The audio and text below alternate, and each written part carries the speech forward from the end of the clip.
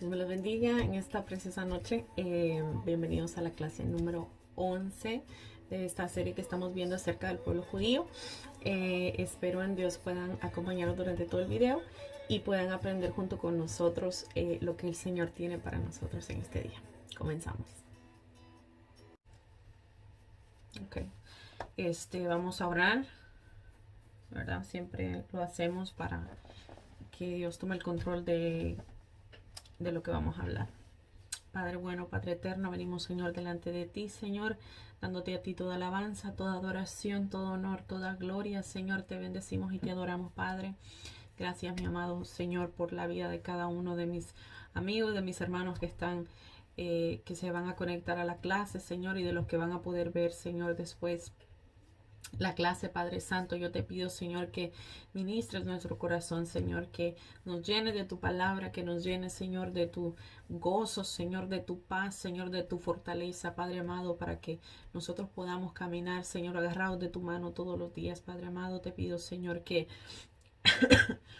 bendiga, Señor, a cada uno de mis hermanos, Señor, de mis amigos, Señor, y que nos ayudes a todos, Señor, a seguirte buscando, Señor, y a seguir aprendiendo de tu palabra, Padre. En el nombre de Jesús te lo pedimos, Señor. Amén. Te bendiga, Jocelyn. Bueno, la semana pasada estábamos hablando acerca de los 10 mandamientos. Se acordarán que les comenté, ¿verdad? Que no eran solamente 10, que hay muchísimos más, pero se le da énfasis a esos 10, ¿verdad? Y bueno, hasta ahora vimos la semana antepasada que vimos la clase, vimos 7 mandamientos de la ley. El primer mandamiento es: no tendrás dioses ajenos a mí. El segundo mandamiento: no te harás imagen. El tercer mandamiento: no tomarás el nombre de Jehová tu Dios en vano. El cuarto mandamiento: acuérdate del día de reposo para santificarlo. Y el quinto mandamiento: honra a tu padre y a tu madre. El sexto mandamiento: no matarás. El séptimo mandamiento: no cometerás adulterios. Ahí nos quedamos. Perdón. Entonces ahorita vamos a entrar al octavo mandamiento, ¿verdad? El octavo mandamiento es: no hurtarás, ¿ok? Este mandamiento nos prohíbe apoderarnos de algo, obviamente, que no es nuestro, ¿verdad? Puede ser dinero, puede ser alguna pertenencia que se obtenga ilícitamente. El engaño también es como un tipo de robo, ¿ok? Mucha gente en Estados Unidos, yo lo he visto, van a los lugares de ayuda, incluso gente cristiana, van a los lugares de ayuda, ¿verdad? Del gobierno, y hay ciertos requisitos para que te den la ayuda, ¿verdad? Ya sea estampillas de comida, que te ayuden a pagar la luz o que te ayuden a pagar la renta. Y yo he visto esto muchas veces, de que se miente para poder obtener el beneficio, ¿ok? Eso entra dentro de esta prohibición, ¿verdad? De no hurtarás, porque realmente no podemos nosotros, no podemos nosotros, ¿cómo decir la palabra? Apoderarnos de cosas si no están explícitamente para nosotros. O sea, el hecho de que esta gente mienta para poder obtener un beneficio entra dentro de este mandamiento. O sea, están quebrando esta ley. Ok, por darles un ejemplo más o menos de algo, ¿verdad? Pareciera que no están robando, ¿verdad? Pero en sí se está robando, porque se está diciendo una mentira para obtener un beneficio de alguien, ¿ok? Y eso entra dentro de esta categoría. En Primera de Corintios 8:21 dice: procurando hacer las cosas honradamente, dice, no solo delante del Señor, sino también delante de los hombres. Este mandamiento requiere honradez en todos los aspectos. ¿Ok? El noveno mandamiento: no hablarás contra tu prójimo falso testimonio. El noveno mandamiento protege el nombre y la reputación, ¿verdad? De las otras personas. Ninguno de nosotros debe dar falso testimonio sobre el carácter o las acciones de nadie, ¿verdad? Y se debe también hablar de todas las personas de una manera imparcial. Imparcial es que no, yo no voy a tomar ningún lado tampoco, ¿verdad? Muchas veces nos topamos con situaciones, gente viene y nos dice, me está pasando esto y esto, pero nosotros solo sabemos la parte de esa persona, no sabemos qué es lo que en realidad pasó, ¿verdad? Porque también para nosotros ser imparciales tenemos que escuchar el otro lado de la historia. So, no podemos basar nuestra visión de alguien porque alguien nos dijo algo de una manera, ¿verdad? Obviamente que no era correcta. Podemos ponerlo de esa manera, ¿ok? Em, tenemos nosotros que ser justos para con todos, ¿ok? So, en Efesios 4:25 dice, por lo cual desechando la mentira, hablad verdad cada uno con su prójimo, porque somos miembros los unos de los otros. En Colosenses 3:9 también dice, no mintáis los unos a los otros, habiéndonos despojado del viejo hombre con sus hechos. También Pablo le dice a Timoteo cuál es el tipo de carácter que deben presentar los líderes en la iglesia, y entre estos requisitos obviamente está el no difamar a ninguno, ¿verdad? Lo vamos a leer ahora, dice, te bendiga, Eddie. Estamos hablando acerca de los 10 mandamientos y ahorita vamos por el mandamiento, noveno mandamiento, que es no hablar mal contra tu prójimo, ¿verdad? Eso es lo que estamos hablando ahorita, ¿ok? Para que te refresques. Entonces dice Tito 3:1 al 7, dice, recuérdales que se sujeten a los gobernantes y autoridades, que obedezcan y que estén dispuestos a toda buena obra. So, aquí vemos que no es solamente someternos a Dios, sino que también al gobierno, ¿verdad? Siempre y cuando obviamente el gobierno esté con las leyes conforme a la ley de Dios, ¿verdad? Porque ahorita, por ejemplo, estamos viendo que están legalizando el aborto. Nosotros como cristianos, como, ¿verdad? Como gente de Dios, no podemos apoyar este tipo de cosas. Por darles un ejemplo, dice que a nadie difamen, que no sean pendencieros, sino amables, mostrando toda mansedumbre para con todos los hombres. Porque nosotros también, dice, éramos en otro tiempo insensatos, rebeldes, extraviados, esclavos de concupiscencias y deleites diversos, viviendo en malicia y envidia y aborrecibles y aborreciéndonos los unos a los otros. ¿Verdad? Nosotros no podemos, y tampoco los líderes de la iglesia, ¿verdad? Pueden tener este tipo de comportamiento, porque obviamente un líder es seguido por las demás ovejas, ¿verdad? La gente lo ve a un líder como alguien que está en preeminencia, ¿verdad? Y obviamente van a seguir el ejemplo de este líder. Entonces, tenemos que tener mucho cuidado, ¿verdad? A veces a los líderes, ¿verdad? No, nosotros no tenemos que ser líderes.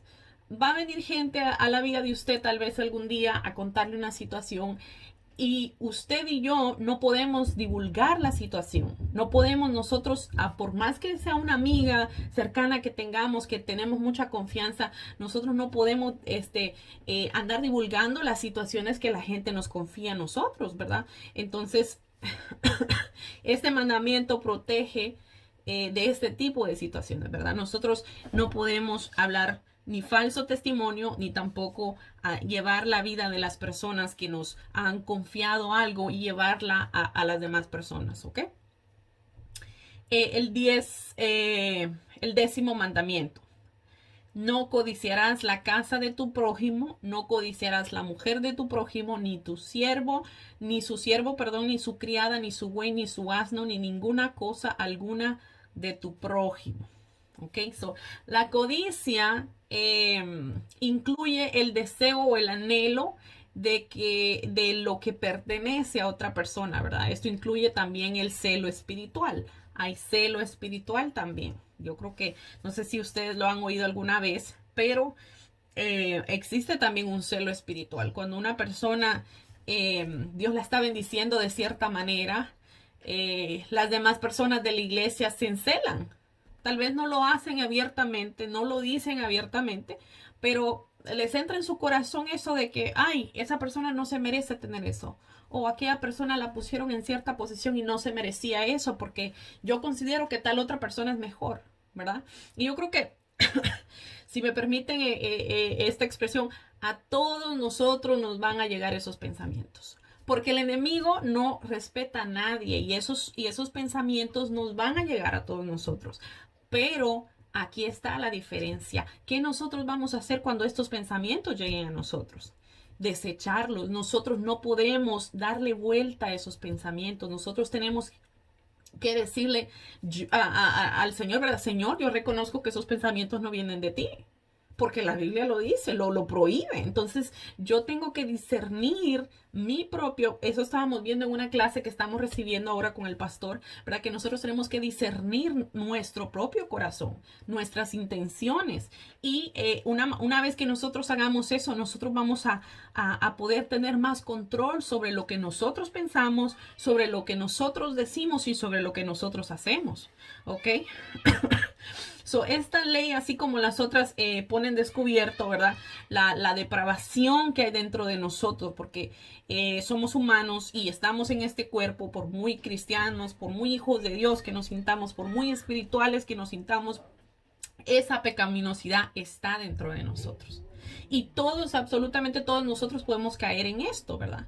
La depravación que hay dentro de nosotros nos llama, ¿verdad? A que pequemos, ¿verdad? A que codiciemos, ¿verdad? Incluso también la Biblia dice, ¿verdad? Que uno de la raíz de todos los males es el amor al dinero. Y eso sabemos que es codicia, ¿verdad? Gente que realmente codicia y codicia y codicia cosas materiales y no tienen un tiempo para el Señor.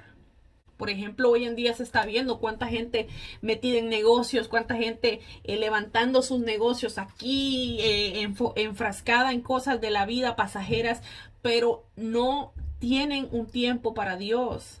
Entonces, están codiciando todo lo terrenal, pero están dejando a un lado lo espiritual, ¿verdad? Lo que de verdad dice la Biblia que vale, ¿verdad? La Biblia nos dice a nosotros, no hagan tesoros en la tierra donde el hollín y el orín corrompen, ¿verdad? Sino que, Dios te bendiga, Jonathan, sino que hacer tesoros en el cielo, dice la Biblia, ¿verdad? Entonces, todo esto entra, ¿verdad? En la codicia, en el querer tener más. Y no es malo nosotros anhelar o desear ciertas cosas, porque realmente Dios quiere que nosotros seamos prosperados, pero cuando eso sobrepasa mi anhelo por el Señor, mi anhelo por agradarle al Señor, entonces ya eso ya es una codicia, ¿verdad? Por ejemplo, digamos, yo tengo un trabajo y Dios me provee con ese trabajo, pero pues siento ganas de comprarme un carro mejor, entonces vengo yo y digo, bueno, pues me voy a buscar un part-time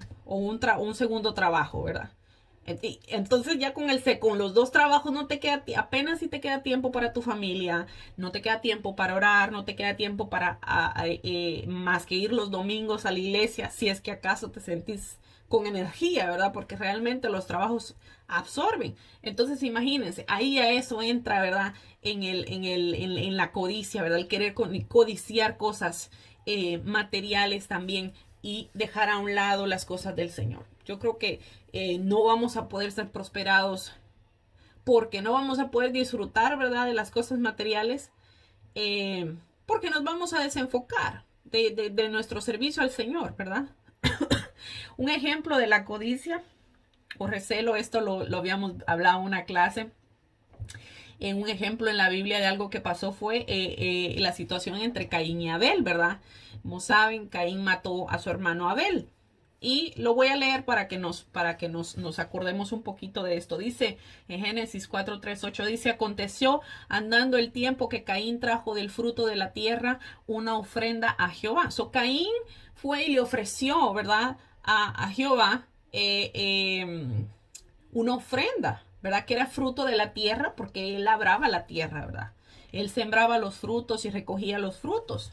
Y dice, y Abel trajo también de los primogénitos de sus ovejas, de lo más gordo de ellas, y miró Jehová con agrado a Abel y a su ofrenda.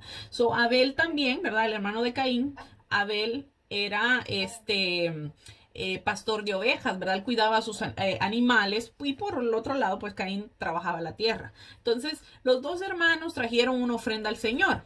Pero dice la Biblia también, dice, pero no miró con agrado Caín no miró Dios con agrado a Caín y a la ofrenda suya. Y se ensañó Caín en gran manera y decayó su semblante. Dios no miró con agrado la ofrenda de Caín. Y fíjese que es la primera vez que se menciona en la Biblia de que le ofrecen voluntariamente una ofrenda a Jehová. Y es la primera vez también que se ve que Dios rechazó esa ofrenda, ¿verdad? Por parte de Caín. Dice, y entonces Jehová dijo a Caín, ¿por qué te has ensañado y por qué te ha decaído tu semblante? Si bien hicieras, no serías enaltecido, y si no hicieras bien, el pecado está a la puerta. Con todo esto, a ti será su deseo, y tú te enseñorearás de él. Y dijo Caín a su hermano Abel, salgamos al campo, y aconteció que estando ellos en el campo, Caín se levantó contra su hermano Abel y lo mató. Ok, ¿qué había aquí? Había recelo, ¿verdad?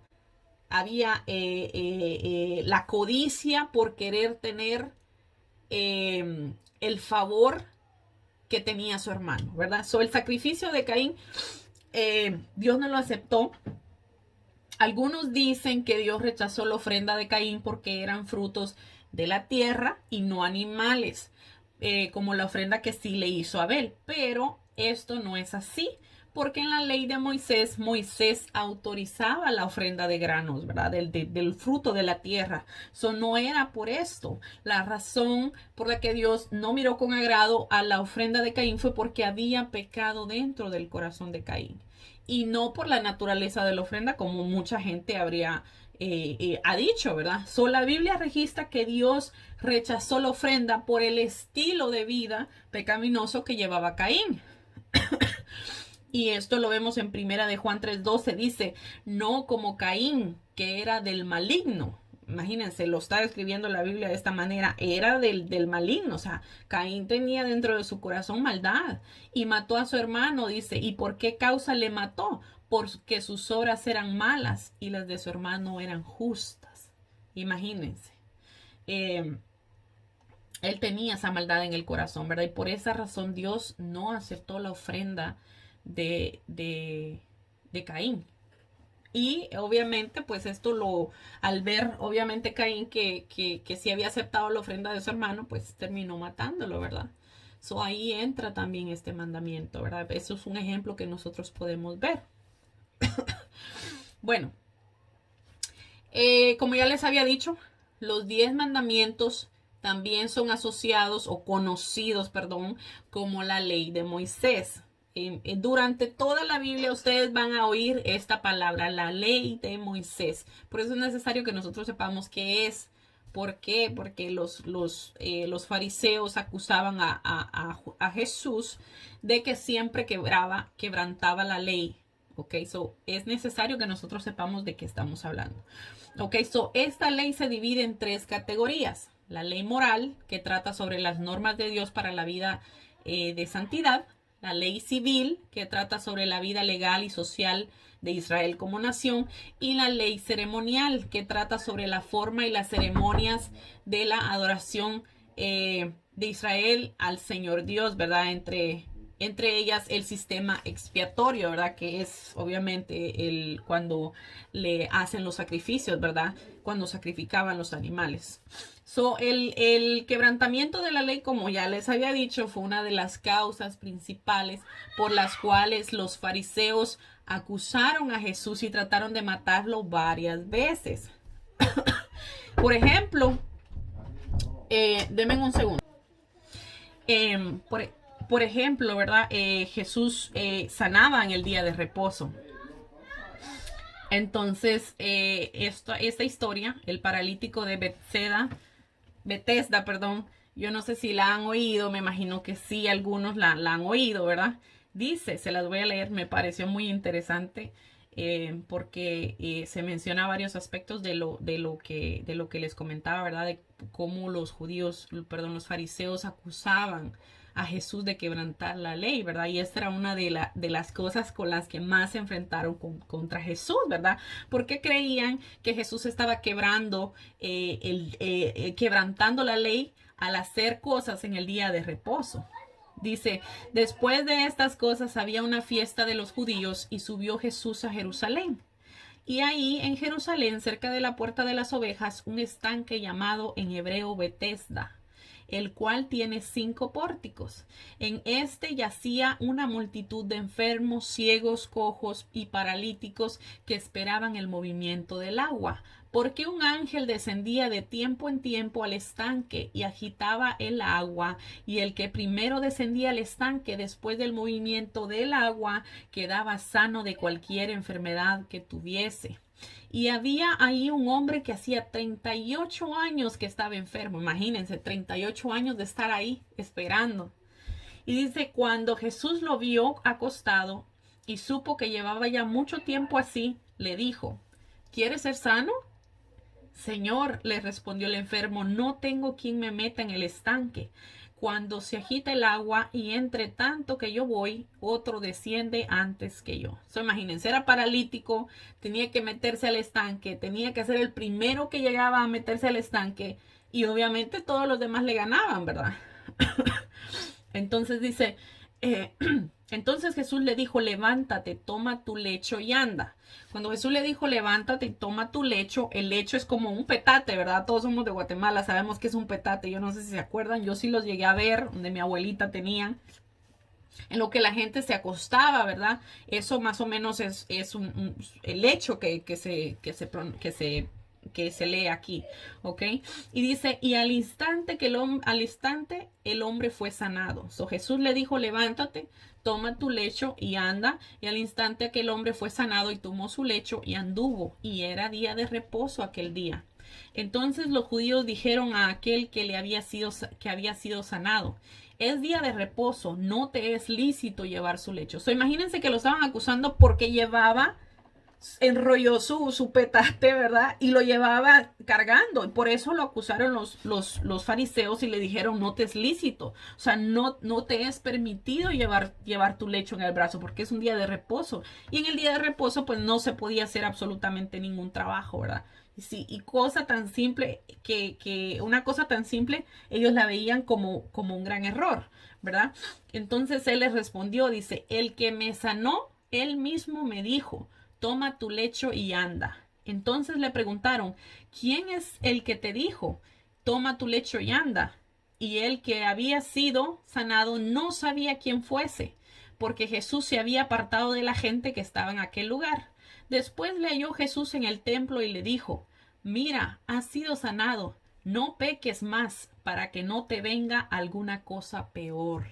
Imagínense lo que le dijo Jesús. No peques más porque te puede venir una cosa peor que la que ya tenías. Mucha gente se agarra de esto, ¿verdad? De este tipo de cosas que no, es que Jesús no lo condenó. No lo condenó, es verdad, pero le dijo que no siguiera pecando. Mucha gente se agarra de esto para decir, no podemos, sí, sí es verdad, nosotros no podemos juzgar a nadie, pero no podemos por eso decir, Dios no te va a juzgar o Dios no te va a condenar por esto. Porque, ¿verdad? Lo que estaba haciendo aquí Jesús es advirtiéndole, ¿verdad? No puedes seguir pecando, porque te puede venir algo peor. Dice, y el hombre se fue y dio aviso a los judíos que Jesús era el que le había sanado. Y por esta causa los judíos perseguían a Jesús y procuraban matarle, porque hacía estas cosas en el día de reposo. Y Jesús les dijo, mi Padre hasta ahora trabaja y yo trabajo. Pero por esto los judíos aún más procuraban matarle, porque no solo quebrantaba el día de su esposo, sino que también decía que Dios era su propio Padre, haciéndose igual a Dios. Imagínense. Imagínense qué tremendo, ¿verdad? Cómo ellos acusaban a Jesús de que él quebrantaba la ley. Por eso les digo que es importante conocer qué es la ley para que nosotros podamos entender por qué razón querían matar a Jesús, ¿verdad? También aquí yo no es la misma historia, pero se trata de un caso similar. En Lucas 14 dice, aconteció un día de reposo que habiendo entrado para comer en la casa de un gobernante que era fariseo, estos le acechaban, imagínense, le estaban acechando a Jesús. Y he aquí que estaba delante de él un hombre hidrópico, Entonces Jesús habló a los intérpretes de la ley y a los fariseos diciendo, ya lo habían acusado varias veces de quebrantar el día de reposo. Entonces ahora Jesús les preguntó, ¿es lícito sanar a un enfermo en el día de reposo? Mas ellos, dice, callaron, y él tomándole le sanó y les respondió, y le despidió, perdón. Y dirigiéndose a ellos les dijo, ¿quién de vosotros si su asno o su buey cae en algún pozo no le sacará inmediatamente porque aunque sea el día de reposo? Y no le podían replicar estas cosas. Imagínense. No le respondían a Jesús porque sabían que era verdad. Imagínense que se le cayera su herramienta de trabajo, ¿verdad? Vamos a decir que era un asno, ¿verdad? Se les cayera en el pozo y Jesús les está diciendo, ¿acaso ustedes no lo van a sacar? Ellos sabían que sí lo iban a sacar. Entonces ¿cómo se dice? Justo que estuvieran acusando a Jesús de quebrantar el día de reposo. Cuando ellos también lo quebrantaban, ¿verdad? Y no es que lo estuvieran quebrantando porque ayudar a alguien no era un quebrantamiento de la ley. Al contrario, estaban aplicando una de las normas, ¿verdad? Que era amar a tu prójimo como a ti mismo, tratar de ayudarlo, ¿verdad? ¿Alguna pregunta hasta ahora? ¿No? Bien, ok. Bueno, siguiendo con ¿se acuerdan que estábamos hablando acerca de que Israel salió de Egipto, llegó al monte Sinaí, ahí le dio Dios los 10 mandamientos a Moisés? Bueno, pues vamos a seguir ahí en ese tema porque hay varias cosas que nos interesa saber acerca del pueblo judío. En este caso voy a tocar acerca del terror del pueblo. ¿Ok? Como se acuerdan, ¿verdad? El pueblo judío accedió a obedecer los mandamientos del pacto, ¿verdad? Que los acabamos de leer, que Dios les había dado por mano de Moisés. Pero luego se niegan a entrar en la presencia de Dios porque todavía les parecía un poco atemorizante, ¿verdad? Aterrorizadora. Vamos a leer esto. Miren cómo ellos no quisieron acercarse a Dios. En Éxodo 20, versículo 18 al 26 dice, todo el pueblo observaba el estruendo y los relámpagos y el sonido de la bocina y el monte que humeaba, y viéndolo el pueblo temblaron y se pusieron de lejos. ¿Se acuerdan que la presencia de Dios descendió sobre el monte, verdad? Y dice que era todo un show de poder, ¿verdad? Un despliegue de poder. Habían estruendos, relámpagos, y dice que era un sonido tan tremendo, e incluso dice que salía un gran humo del monte, ¿verdad? Entonces dice que ellos se atemorizaron, se alejaron de ahí, se pusieron lejos, y le dijeron a Moisés, habla tú con nosotros y nosotros oiremos, pero no hable Dios con nosotros para que no muramos. Imagínense el miedo que tenían, no querían que Dios hablara con ellos, sino que fuera que hablara Dios con Moisés para que Moisés después hablara con ellos y les dijera qué le había dicho Dios. Y Moisés les respondió al pueblo, no temáis porque para probarnos vino Dios y para que su temor esté delante de vosotros para que no pequéis. Moisés les estaba diciendo, no teman, ¿verdad? Porque Dios no los va a eliminar así porque sí, solo porque se le antojó, ¿verdad? Sino que es el estremecedor despliegue, ¿verdad? Como ya les dije, de poder fue para que reconocieran el poder de Dios, su presencia y su santidad, y así motivarlos a evitar el pecado y consecuentemente, obviamente, el castigo, ¿verdad? Que evitar el pecado y el castigo. Por esta razón Dios estaba dejando ver de esta manera. Dice, entonces el pueblo estuvo a lo lejos y Moisés se acercó a la oscuridad, la cual estaba Dios. Y Jehová le dijo a Moisés, así dirás a los hijos de Israel, vosotros habéis visto que he hablado desde el cielo con vosotros. No hagáis conmigo dioses de plata, ni dioses de oro os haréis. Altar de tierra harás para mí y sacrificarás sobre él tus holocaustos y tus ofrendas de paz, tus ovejas y tus vacas y todo lugar donde yo hiciere que esté la memoria de mi nombre, vendré a ti y te bendeciré. Y así me hicieres altar, y si me hicieres altar de piedras, no las labres de cantería, porque porque si alzaréis herramientas sobre él, lo profanarás. Imagínense que no podían ni siquiera pintar una piedra porque estaban profanando el lugar. Así de seria era el mandato que Dios les daba, ¿verdad? No podían ellos hacerse ninguna obra artificial para ponerlo en el altar de Dios. ¿Ok? Eso también les iba a recordar a los israelitas que Dios no estaba limitado a ningún lugar en específico, ¿verdad? Ya que si le obedecían podrían gozar de su bendición donde quiera que ellos fueran. ¿Ok? Eh, Vamos a ver ahora la sangre del pacto. ¿Ok? Que esto también esto iba incluido dentro de lo que Dios les mandó, ¿verdad? Lo que Dios le dio a Moisés en el monte Sinaí.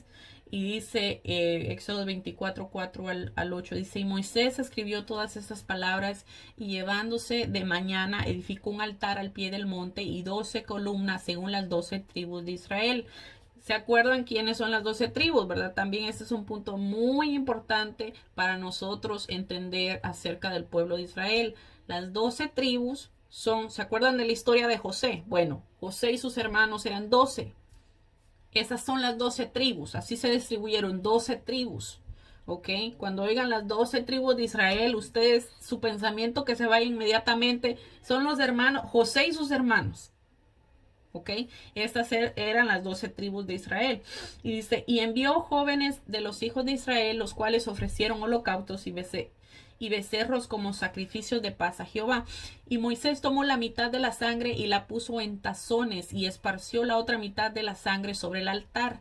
Y tomó el libro del pacto y lo leyó a oídos del pueblo, el cual dijo, haremos todas las cosas que Jehová ha dicho y obedeceremos. Eso vean que ellos accedieron, ¿verdad? Al pacto que Dios les estaba dando.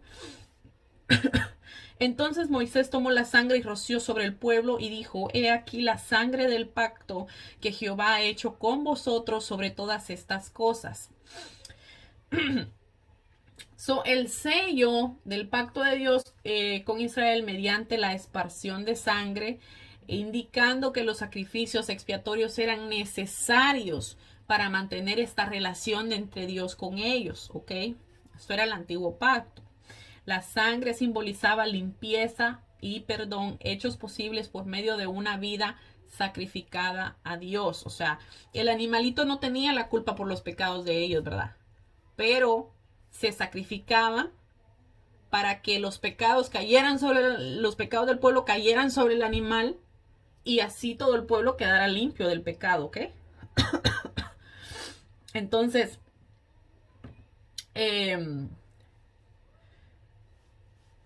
para nosotros, ¿verdad? Para el nuevo pacto, efectuó la suprema significación de la sangre del pacto cuando Cristo derramó su sangre en la cruz y estableció un nuevo pacto, ¿verdad? Ya nosotros estamos bajo un nuevo pacto. Cristo fue el cordero que dio su vida, derramó su sangre por nosotros. En Marcos 14, 24 dice, y esto les dijo, esta es mi sangre del nuevo pacto que por muchos es derramada. Imagínense, Jesús estaba diciendo eso. Su muerte expiatoria limpia a los creyentes del pecado cuando ellos procuran andar en el camino de santidad, ¿verdad? Pero en primera de Juan 1:7 dice, pero si andamos en luz como Él estaba en luz, tenemos comunión los unos con los otros y la sangre de Jesucristo, su Hijo, nos limpia de todo pecado. ¿Okay? Siempre la obediencia y la sangre deben ir juntas para validar la aceptación de Dios de su pueblo y su consagración a Él, ¿verdad? Solo después de que el pueblo prometía obedecer a Dios mediante la sangre expiatoria podían participar de las bendiciones del pacto. Les estoy hablando del antiguo pacto. Esto era el antiguo pacto. Pero la misma manera el apóstol Pedro afirma que, ¿verdad? Que nosotros los creyentes somos elegidos para obedecer y ser rociados con la sangre de Jesucristo que quita todo pecado de nosotros, ¿verdad? Ahora, ¿se acuerdan que les había dicho que, bueno, habíamos hablado en una de las clases acerca del tabernáculo? O yo no sé si fue que solo yo lo estaba hablando con mi hermana Maritza, pero yo le dije, yo les había dicho que lo íbamos a tocar más a fondo, porque también esto es necesario comprenderlo para poder entender la historia del pueblo de Israel. Bueno, vamos a ver el tabernáculo. Esto se encuentra en el libro del Éxodo, que seguimos viéndolo todavía, capítulo 25, vamos a ver algunos versículos. Dice, Jehová habló a Moisés diciendo, di a los hijos de Israel que tomen para mí ofrenda de todo varón que la diere de su voluntad, de su corazón tomaréis mi ofrenda y haráis un santuario para mí y habitaré en medio de ellos. Dios le mandó a hacer un santuario, ¿verdad? Conforme a todo lo que yo te muestre, el diseño del tabernáculo y el diseño de todos sus utensilios, así lo haréis. ¿Ok? El capítulo 25 nos da su instrucción en cuanto al tabernáculo, ¿verdad? La importancia histórica y espiritual de este suceso, ¿verdad? Del tabernáculo es bien grande. ¿Ok? El tabernáculo era un santuario, un lugar apartado para que el Señor habitara entre su pueblo y para poder reunirse con ellos. Y dice que la gloria de Dios estaba sobre el tabernáculo de día y de noche. Cuando la gloria de Dios se movía, entonces los israelitas tenían que moverse también. Dios los guió de esta manera mientras anduvieron por el desierto. El tabernáculo era, también contenía, ¿verdad? El arca del testimonio que contenía los 10 mandamientos. Vamos a ver uno por uno las cosas que se encontraban dentro del tabernáculo. Las vamos a ir viendo. Vamos a ver. El tabernáculo era el lugar donde Dios proporcionaba el perdón de pecados mediante el sacrificio de la sangre, ¿verdad? Porque los sacrificios se hacían en el tabernáculo una vez que se construyeron. Ok. Vamos a ver, ok. Vamos a ver qué es el arca del testimonio. Porque eso también es importante que nosotros lo comprendamos. En Éxodo 24:10 dice, harán también una arca de madera de acacia, cuya longitud será de 2 codos y medio, y su anchura de codo y medio, y su altura de codo y medio. Y pondrás en el arca el testimonio que yo te daré. El testimonio eran, ¿verdad? Las 2 tablas de piedra, las cuales contenían los 10 mandamientos, ¿verdad? Que Moisés había recibido en el monte Sinaí. Dice, y pondrás el propiciatorio encima del arca, y el arca pondrás el testimonio que yo te daré. El propiciatorio era la tapa que estaba sobre el arca, la cual el sumo sacerdote rociaba con la sangre, ¿verdad? Del animal que sacrificaban o de la ofrenda expiatoria para hacer la expiación, ¿verdad? O sea, o eliminar la culpa de los pecados, por así decirlo, ¿verdad? Y dice, y de ahí me declararé a ti y hablaré contigo sobre el propiciatorio de entre los 2 querubines que están sobre el arca del testimonio, todo lo que yo te mandare para los hijos de Israel. El arca del pacto simboliza la justicia y la presencia de Dios. Dice que en medio de esos 2 querubines, ¿verdad? En esa arca, ahí se manifestaba la presencia del Señor. Y desde ahí Dios hablaba con Moisés. En Hebreos 9:4 dice, en el cual tenía un incensario de oro, dice, y el arca del pacto cubierta de oro por todas partes, en la que estaba una urna de oro que contenía el maná, la vara de Aarón que reverdeció y las tablas del pacto. Prácticamente este era como un cofre, ¿verdad? Un cofre de oro, vamos a decirlo así, en el cual estaban los 10 mandamientos, una olla que contenía el maná. ¿Se acuerdan que el maná es la comida que Dios les dio del cielo, ¿verdad? Les dejó caer del cielo a los israelitas cuando los sacó de Egipto, ¿verdad? Porque estaban en el desierto, no tenían que comer, entonces Dios les proveyó eso. Entonces guardaron también dentro del arca este maná. Y también estaba la vara de Aarón, ¿verdad? ¿Se acuerdan que cuando Aarón y Moisés se presentaron ante el faraón, Dios les dijo, ¿verdad? Que llevaran esa vara, y esa vara prácticamente la usaban para hacer los milagros? O sea, ese era como el punto de contacto, vamos a decirlo así. Esa es la vara que se menciona aquí. Por ejemplo, cuando cruzaron el Mar Rojo, el Señor les dijo, toma la vara y divide el mar. Prácticamente. Entonces, esa es la vara que se menciona aquí. Los querubines eran esculturas de seres angelicales que daban vuelta alrededor del trono en el cielo, ¿ok? Dentro de los ángeles hay jerarquías. Están los querubines, los serafines, los arcángeles. Imagino que tienen que haber más rangos, ¿verdad? Pero no los conocemos nosotros todos. ¿Ok? So, los querubines eran los que estaban dando vueltas alrededor del trono de Dios. Esto era lo que simbolizaban en el arca, ¿verdad?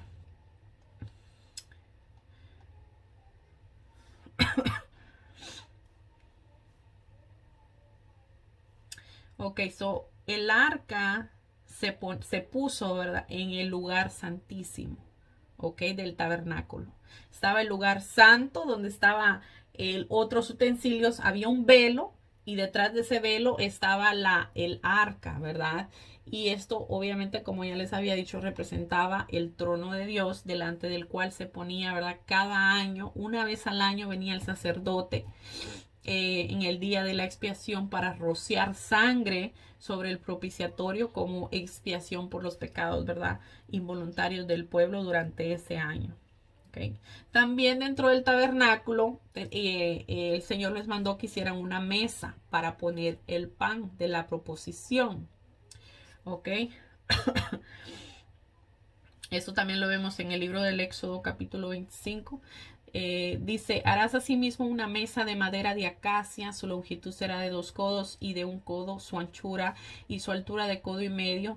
Harás también sus platos, sus cucharas, sus cubiertas, sus tazones, con que se libará de oro fino la harás, y pondrás sobre la mesa el pan de la propiciación delante de mí continuamente. El pan era colocado sobre la mesa. Esto representaba la presencia del Señor que sustentó a Israel en todos los aspectos de la vida, ¿verdad? También señala a Cristo como el pan de vida. Todo lo que hay en el tabernáculo simboliza a Jesucristo.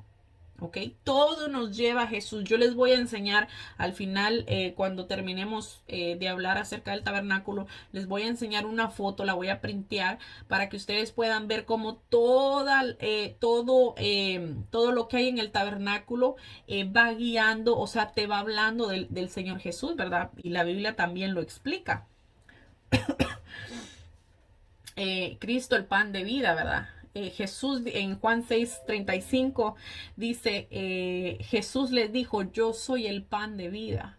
El que a mí viene nunca tendrá hambre, y el que en mí cree no tendrá sed jamás. El mismo Jesucristo dijo, ¿verdad? Yo soy el pan de vida.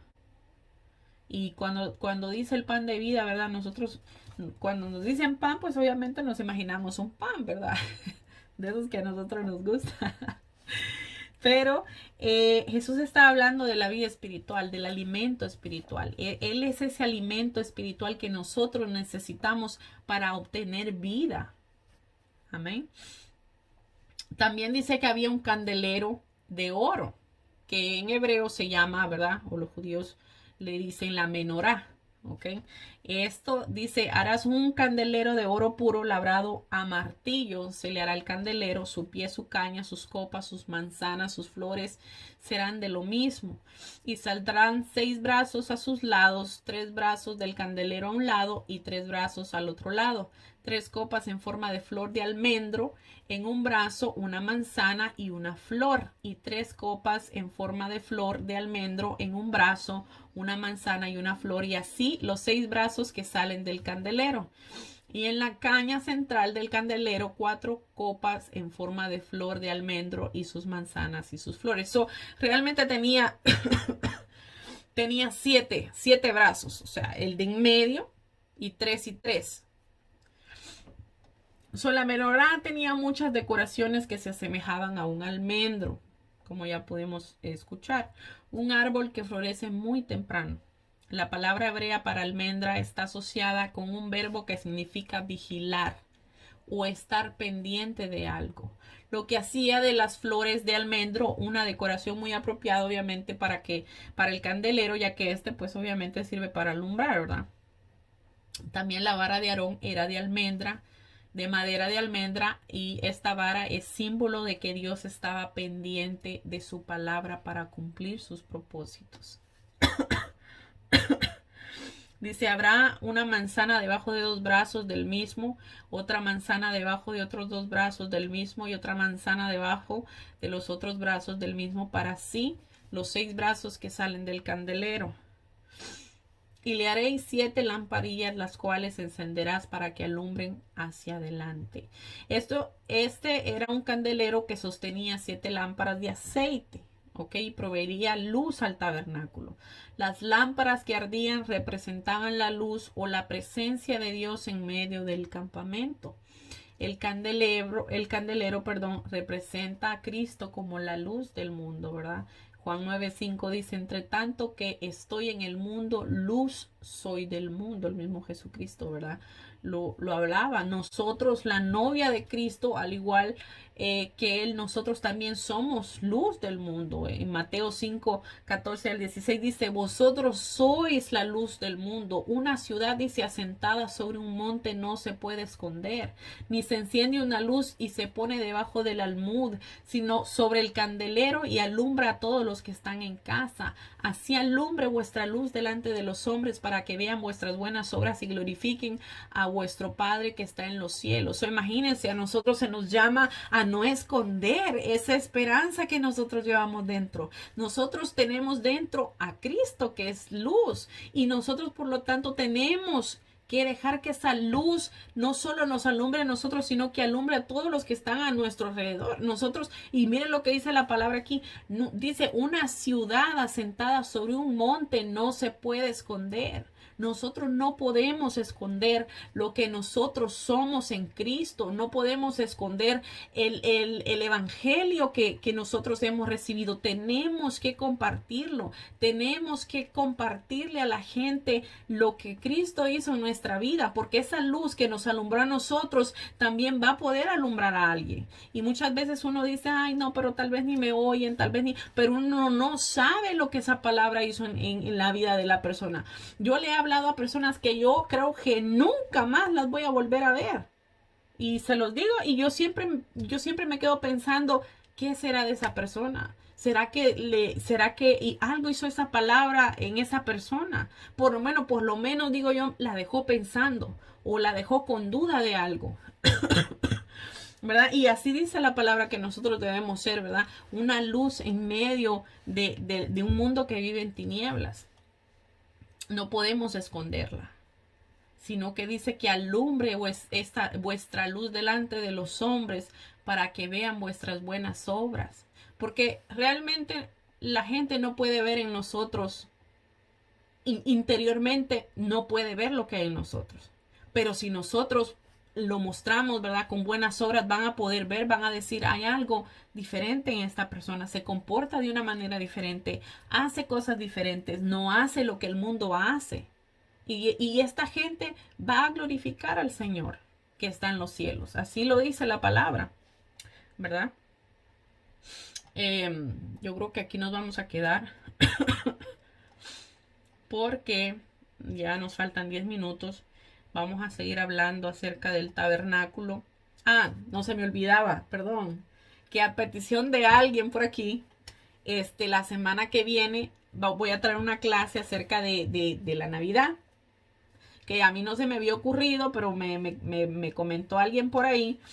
Y me pareció muy interesante porque en esta época, ¿verdad? Yo creo que la mayoría de nosotros celebramos la Navidad y pueda ser, aunque todos sabemos obviamente, ¿verdad? Que la Navidad es para celebrar el nacimiento de Jesús, pero realmente no sabemos qué es lo que hay detrás, ¿verdad? Algunos cristianos, como yo le comentaba a mi hermana Maritza, no lo celebran. Y vamos a ver por qué. Vamos a entrar en esos detalles, ¿verdad? De por qué algunos cristianos no celebran la Navidad, la historia que hay detrás de la Navidad, dónde empezó a celebrarse la Navidad, quién empezó esa fiesta. Todo eso lo vamos a ver porque obviamente pues es una fiesta, por decirlo así, una tradición que no está en la Biblia. Sin embargo, como les decía, vamos a ver por qué algunos cristianos la celebran y por qué otros cristianos pues no están de acuerdo, ¿verdad? Hay un gran debate ahí, pero obviamente pues nosotros los que la celebramos, ¿verdad? Lo hacemos para celebrar a nuestro Señor.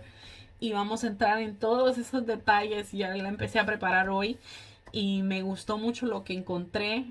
Algunas cosas ya las sabía, otras cosas me llamaron mucho la atención, pero voy a pasar toda esta semana trabajando en esa clase para que la podamos compartir, ¿verdad? Entre todos nosotros. Y también, y si ustedes pueden leer algo, si ustedes pueden investigar algo, háganlo y así todos podemos aportar un poquito a la clase, ¿verdad? Acerca de lo que nosotros pensamos que es la Navidad, de lo que nosotros creemos que es la Navidad, y vamos a ver también qué es lo que dice la Biblia, ¿verdad? Bueno, mis hermanos, ¿alguna pregunta hasta el momento? ¿Algo que les haya dejado una pregunta o algo?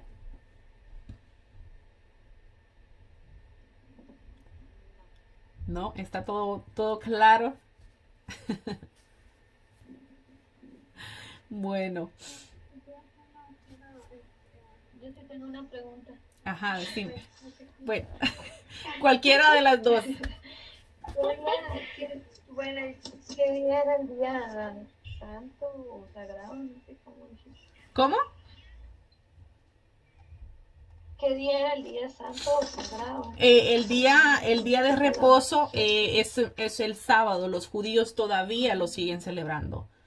Es algo que yo creo que yo les había dicho que íbamos a hablar acerca de esto y yo pensé que lo íbamos a... Yo estoy segura que yo lo puse porque es un estudio bastante extenso. Yo me acuerdo que yo lo había puesto en algún punto de aquí porque los días no se llamaban como los conocemos, ¿verdad? Lunes, martes, miércoles, sino que antes era el día primero, el día segundo, el día tercero, el día cuarto, el día quinto, el día sexto y el sabbat, que es el día séptimo, que es el que celebran los judíos, ¿verdad? El Señor Dios no le dio nombres a los días, pero conforme a las tradiciones paganas, pues los paganos le pusieron nombres. Por ejemplo, si vamos a verlo así, el domingo, por ejemplo, el domingo en inglés se dice Sunday. Sun es sol. Entonces los domingos, ese día lo pusieron como el día de adorar al Señor Sol. Eso es lo que significa. Entonces, hay una historia ahí bastante interesante de tratar detrás de los días de la semana, porque no se llamaban, el Señor no fue el que les puso nombre, eso fueron los paganos y obviamente se adoptó esto en la mayoría del mundo, pero los judíos todavía celebran el Sabbat. El Sabbat ellos lo empiezan a celebrar desde el viernes a las 6 de la tarde. Ya ellos no contestan teléfonos, ya ellos no hacen nada hasta el otro día, el sábado, a la puesta del sol, todo el día. Ese es el día que ellos consagran para el Señor. ¿Ok? Jocelyn, dime. ¿Por qué se tomó ese día? Porque... bueno, mira. Espérame, le voy a contestar a Maritza. Mira, ese día se celebra porque Dios se los ordenó. Por ejemplo, la Biblia, ¿y por qué? Porque Dios hizo todo lo que nosotros conocemos en 6 días. Y dice la Biblia que en el séptimo día, que es el Sabbat, descansó. Entonces, asimismo, Dios les dijo a los israelitas, ¿verdad? Como mandato de que tenían que sí tenían que trabajar, obviamente, pero que el séptimo día no lo iban a trabajar. ¿Por qué? Porque era necesario obviamente para nosotros como humanos, ¿verdad? De que tenemos que descansar, pero también ese día lo iban a dedicar a culto, ¿verdad? Adoración al Señor. Esa es la razón por la que ellos tenían como mandato. No era una opción, es un mandato que tenían ellos que hacerlo. Ok, pero ¿Puedo abundando. agregar algo? Ah, ¿Puedo agregar algo? claro, claro. Ah, cuando leemos Génesis es donde viene, de eso viene el día de reposo, ¿verdad? Porque dice que el día séptimo el Señor descansó, porque creó la tierra en los primeros 6 días. Ajá. Luego otra cosa que quería agregar, no sé si estoy equivocada, es de que la mayoría de gente piensa que el domingo es el último día de la semana y el domingo es el primer día, ¿verdad? Así es. Entonces es de domingo a sábado, o sea, el Ajá. sábado viene siendo el séptimo día, por Ujú. eso el sábado es el día de reposo. Así es. Ah, ok. Y también Eso yo. lo que le iba a agregar a Marisa, que tú lo tocaste, que el domingo eh, los judíos, ¿verdad? Acusan a los cristianos, ¿verdad? De que nosotros adoramos al Señor no el sábado como está estipulado en la Biblia, ¿verdad? En la ley, sino el domingo, que es el día primero. Pero si nosotros nos vemos, acuérdense que Jesús trajo un nuevo pacto. Y el día que Jesús resucitó fue el primer día de la semana, que como dijo Yoli, es un domingo. Por eso nosotros adoptamos el domingo como el día para, para el Señor, ¿verdad? Y o no es que nosotros no estemos cumpliendo la Biblia. Acuérdense que el pueblo judío es una cosa y la iglesia es otra cosa. El trato del pueblo judío y las promesas para el pueblo judío son una cosa y las promesas para la iglesia son otras. ¿Ok? Los judíos sí tienen todavía, ¿verdad? Si ellos en su tradición, pues ellos creen que todavía tienen que celebrar el Sabbat, ¿verdad? Que es lo que ellos celebran. Pero nosotros no podemos decirles no lo hagan, porque esa es la ley que se les dio a ellos, a los judíos. Pero a nosotros se nos dio un nuevo pacto, ¿verdad? Y ese pacto también obviamente es para los judíos, lo que pasa es que ellos no lo quieren aceptar, pero nosotros, ¿verdad? Como les decía, adoramos, agarramos el domingo, que es el día, el primer día de la semana, para adorar a nuestro Señor. Ahora sí, Jocelyn. Okay. Sí, porque es otro tema, entonces mejor voy. Ajá, Con lo del tabernáculo, acerca del candelero. ajá, Yo no sé si algunos han visto que hay unos que tienen 9 candelas y hay otros que tienen 7 candelas. ajá. Pues, Entonces, eso era lo que yo quería. bueno, sí, sí, yo he visto también. Eh, yo no sé, para entrar en ese tema, Jocelyn, yo te digo que yo estaba escuchando, yo no lo sé, no he leído esta historia. Como ustedes saben, algunas Biblias tienen más libros que otras, ¿verdad? Y ya, yo creo que ya les había comentado, ¿verdad? Que la razón es por qué nosotros, ¿verdad? Los cristianos no creemos que esas historias deban estar en la Biblia, esos libros, porque se contradicen. ¿Verdad? Y la Biblia no se puede contradecir. No vienen de fuentes confiables y fidedignas, por eso no se agregaron a las versiones de la Biblia que nosotros usamos. Ahora, por ejemplo, la Iglesia Católica usa el libro, los libros apócrifos, ¿verdad? Que son los libros que nosotros no tenemos. Uno de esos libros, más bien dicho, son dos, creo yo, es la historia de los macabeos. Yo no sé si la han escuchado. Ahí se habla, ¿verdad? De cómo estos hombres, esta familia, trató de derrocar a Antioquio Epifanes, que era un hombre que pues hizo desastres en Israel, ¿verdad? Quería abolir completamente a los judíos, ¿verdad? Tanto que no les dejaba que celebraran ninguna fiesta, ninguna tradición judía. Entonces, esta gente respecto al candelero, yo estaba escuchando, no recuerdo bien la historia, pero estaba escuchando de que ellos al terminar con todo esto, ¿verdad? Trajeron un candelabro y tenían que ponerle el aceite, ¿verdad? Y no tenían aceite más que para una semana, si no estoy mal. y ellos esperando, ¿verdad? Que pudieran traer más aceite. En el término de esa semana, no, creo que era aceite para un día, no estoy segura, pero que no se acabó todo ese aceite en toda esa semana. Eso era un milagro. Entonces, por ese milagro, ellos decidieron añadirle un brazo más al candelero. Yo no sé si ustedes han oído la fiesta de la Hanukkah, ¿verdad? O la fiesta de las luces. Que, bueno, aquí en Estados Unidos, si ustedes van a Walmart, ustedes van a ver que venden estos candeleros. Yo me imagino que los habrás visto porque los venden aquí.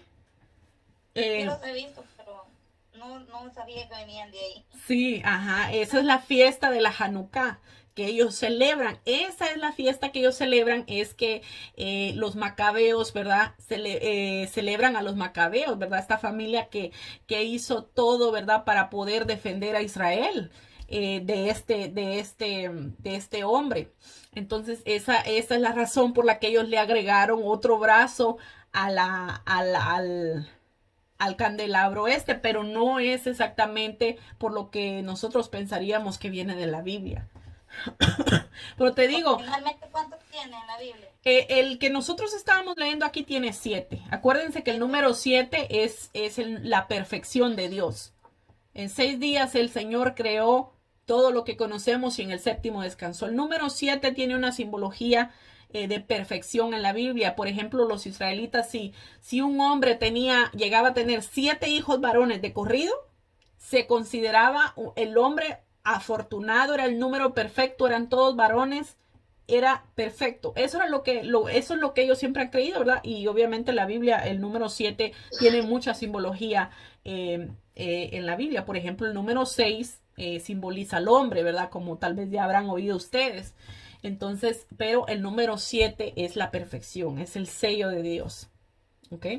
So, sí, el que nosotros estábamos hablando ahorita es el que tiene 7 brazos, pero ya les cuento, no sé la historia de los macabeos porque no me he metido a leer eh, estos libros de historia, porque son libros de historia los que están, pero sí, nosotros los podemos leer para referencia, ¿verdad? Obviamente no meternos en preguntas que no vienen ni al caso, ¿verdad? Porque acuérdense que ya les comenté que estos fueron escritos por historiadores, o sea, no vienen de una fuente confiable, no podemos decir que son libros que vienen de la inspiración del Espíritu Santo porque contradicen ciertas cosas que el Señor estipuló. Por esa razón nosotros no consideramos que esos libros sean parte del canon, ¿verdad? Del canon bíblico. ¿Ok? ¿Algo otra pregunta? ¿O algo que tú quieras agregar a eso, Jocelyn? Bueno, sí, como le digo, o sea, como nosotros mirábamos y todo en varios lugares se mira mucho eso, entonces yo estuve buscando y sí encontré cerca de eso, algunos lo hacían como que lo creían como que Dios, como que era como que, ajá, algo extra, entonces yo me quedé así, pero si la Biblia a mí me dice que son 7, entonces dije yo, bueno, como para explicarlo un poquito para que todos comprendieran, Sí, pero sí, muy, muy buen punto, porque esa celebración los judíos la tienen. Ellos todavía siguen celebrando la fiesta de la Hanukkah, ¿verdad? Que es lo que les comenté. Yo estaba oyendo esa historia, creo que la semana pasada, por eso les digo que no se las puedo explicar todo porque yo realmente no la he leído, pero eso fue lo que yo escuché de un pastor muy reconocido, ¿verdad? Muy confiable, por decirlo así, esa historia. Entonces, para abundar en eso sí tendríamos que leer los libros, pero es bien interesante, es bien interesante. Pero sí, no podemos confundirla con el candelabro del que estábamos hablando aquí. Son dos cosas diferentes. ¿Ok? Bueno, ¿alguna otra cosa que quieran agregar? No, yo como casi del tabernáculo, poco lo que sé, solo lo que he sabido es de que los sacerdotes para entrar ahí se tenían que purificar antes y no podía entrar cualquier persona, cosas así, pero a fondo, como lo explicaste, no, ni siquiera sabía que había eso adentro, lo que explicaste del arca. pero sí se me hace muy interesante y es bueno saberlo. Sí, no, y como les decía, es bien importante saber este tipo de cosas si nosotros queremos entender la historia de Israel, ¿verdad? Y por qué le decían lo que le decían a Jesús. Y vamos a entrar, porque vamos a entrar en todo lo que había dentro del tabernáculo. Nosotros que estudiamos con Jocelyn el Instituto Bíblico, esta es una de las partes que es, obviamente viene como, vamos a decirlo, como obligatoria para estudiarla, porque es necesario, porque la simbología que hay detrás del tabernáculo, todo, absolutamente todo nos lleva a Jesús. Y eso es lo que yo quiero abundar en esto, ¿verdad? Que nosotros conozcamos esa historia y que podamos, entender la simbología que hay detrás, porque es bien bonito. Vamos a ahondar en la mayoría de cosas que estaban dentro del tabernáculo y lo que significaban, ¿verdad? Ok. Entonces, si Dios permite, ahí a ver si, como les digo, si pueden encontrar, si pueden leer algo acerca de la Navidad, lo que dice la Biblia acerca del nacimiento de Jesús, pues lo pueden leer, y el sábado que viene, si Dios permite, vamos a hablar de eso, para que si algún día alguien nos pregunta, ¿verdad? Nosotros como cristianos, ¿por qué ustedes celebran la Navidad? No nos agarren desprevenidos, sino nosotros no vayamos solo con el hecho de decir, bueno, es que la celebramos porque es el nacimiento de Jesús. No, es que hay algo más atrás que nosotros tenemos que compartir. Cuando alguien nos pregunte, pero es que esa historia no es bíblica, o lo que ustedes hacen no es bíblico, bueno, pues se van a sorprender. Nos vamos a sorprender todos de lo que podemos encontrar dentro de la palabra, que tal vez no le habíamos puesto atención, y nos deja a nosotros saber muchas más cosas de las que ya sabíamos, ¿ok? Así es que vamos a orar. Yoli, si querés hacer la oración de despedida. Ok, está. Amén. Padre Santo, Señor, te damos gracias por este momento que nos regalaste, Señor. Gracias por este tiempo que nos diste para compartir y para aprender más sobre tu palabra, Señor, para poder entender, Señor, tus caminos, tus designios, Señor Jesús. Gracias, Padre Santo, por la hermana Jessie, Señor, porque tú le has dado sabiduría y entendimiento para que ella pueda compartir con nosotros, Señor, lo que ella está aprendiendo, Señor. Gracias, Padre Santo, por este día, Señor. Bendice a cada uno por nombre, Padre Santo. Bendícelo, Señor Jesús, en sus trabajos, en sus vidas, Padre Santo, Señor. Te lo pido, Padre amado, en el nombre de Jesús, y te damos gracias y nos despedimos con la bendición del Espíritu Santo. Amén. Amén. Bueno, mis amados, que Dios me los bendiga, que Dios me los guarde, y nos vemos el sábado que viene, si Dios permite. Adiós. Gracias.